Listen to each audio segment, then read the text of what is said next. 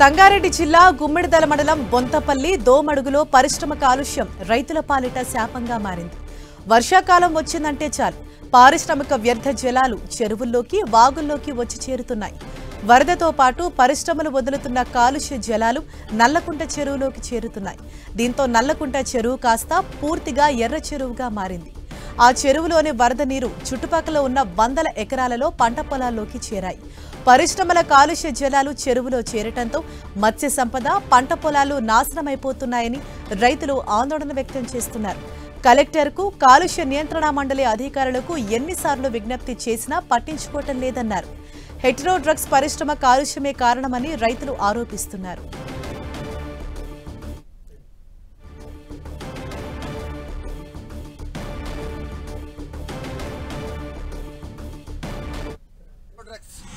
Company కింద నల్లకుంట చెరువు అని ఉంటుంది. అది ఎర్రకుంటగా మారి ఇగో పచ్చని పొలాలలో ఈ పొలాలలో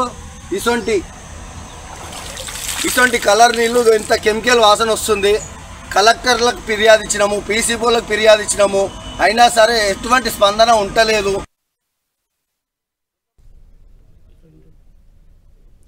రైట్, ఇదే విషయంపై మరింత సమాచారం మా ప్రతినిధి పివిరావు మనకు అందిస్తారు. పివిరావు, మనం చూస్తున్నామంటే నల్లకుంట నీళ్లు అనేది పూర్తిగా కూడా కాలుష్యమైపోయి కలర్ కూడా మారిపోయిందని రైతులు ఆవేదన వ్యక్తం చేస్తున్నారు. అయితే అధికారులకి చెప్పినా స్పందించడం లేదని అంటున్నారు. అసలు ఏం జరుగుతోంది?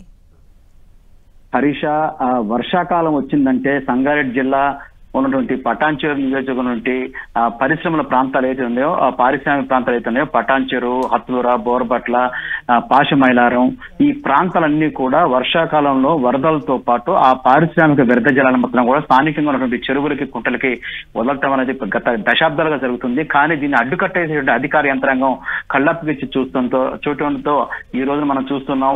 ఆ గుమ్మడిదల దగ్గర నుండి దోమడుగు ప్రాంతంలో కొన్ని వందల ఎకరాల మొత్తం కూడా కాలుష్య వ్యర్థ జలాలతోని నిండిపోయి అసలు ఆ ప్రాంతమే నల్లకుంట అనే ప్రాంతం కూడా మొత్తం పొలాలన్నీ కూడా ఎర్ర కుంటగా మారిపోయిన పరిస్థితుంది.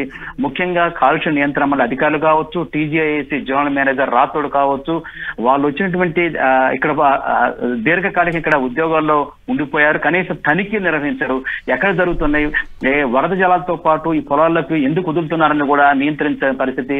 హెటెరో డ్రగ్స్ వాళ్ళు ఈ రోజున రాత్రి వరద జలాలతో పాటు ఈ జలాలు వదలటంతోనే పంట పొలాలు మొత్తం కూడా నాశనమైపోయినాయి. ఒకవైపు చెరువుల్లో ఉన్నటువంటి మత్స్య సంపద కూడా పోతుందని కూడా గ్రామస్తులు ఆవేదన వ్యక్తం చేసే పరిస్థితి కనిపిస్తా ఉంది. అధికార యంత్రాంగానికి ఎన్నో విజ్ఞప్తులు చేస్తుంటారు. ప్రతి సంవత్సరం కూడా వర్షాకాలంలో ఇదే తంతు. కొన్ని వందల వేల ఎకరాలు అయితే మాత్రం పంటలు కావచ్చు, మత్స్య సంపద కావచ్చు మొత్తం కూడా నాశనమైపోతున్నటువంటి పరిస్థితుల్లో కూడా అధికార యంత్రాంగం పట్టించుకోవట్లేదు కూడా చుట్టుపక్కల గ్రామస్తులు ఆవేదన వ్యక్తం చేస్తా ఉన్నారు.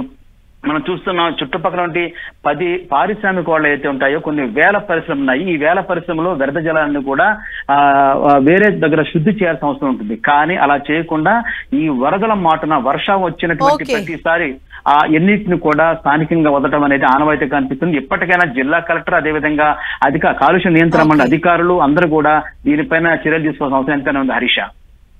Right, thank you పివిరావు.